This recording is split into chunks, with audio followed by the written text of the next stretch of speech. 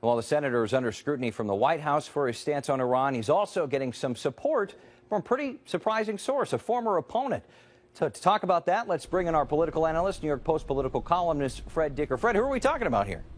Well, he's not just a former opponent, Cody. This is the guy Chuck Schumer beat to become U.S. Senator, former Senator Alphonse D'Amato, a three-term senator who at one time was a major political force in this state for the Republican Party. Wow. And so what is he saying?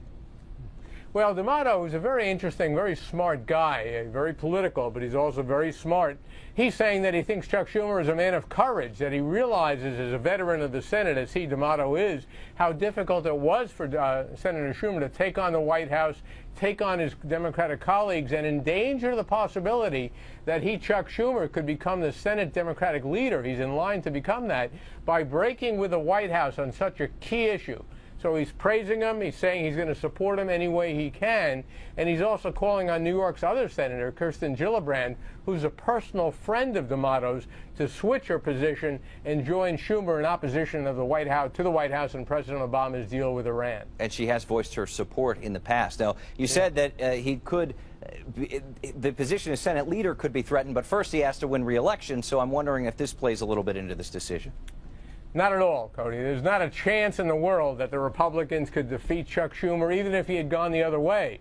But the fact that he's now taken a position which the overwhelming number of New Yorkers, and probably Americans as well, based on the polls, support, will just make it even more difficult for the Republicans to even come up with an opponent against them next year. I've written about this. They can't find anyone to run against them right now. Or anybody who would want to, right. When you have something like this, a polarizing issue, and then you have one of the party's top leaders bucking the trend, so to speak, and going against the White House, what sort of waves is that decision making in New York with New York's Democrats? Well, it's huge waves. He's under attack mainly outside of New York because in New York, as I said, the opposition to the president's deal is pretty strong. But Schumer is under attack from major left-wing Democratic organizations across the country, MoveOn.org, for instance. He's under their attack from the White House.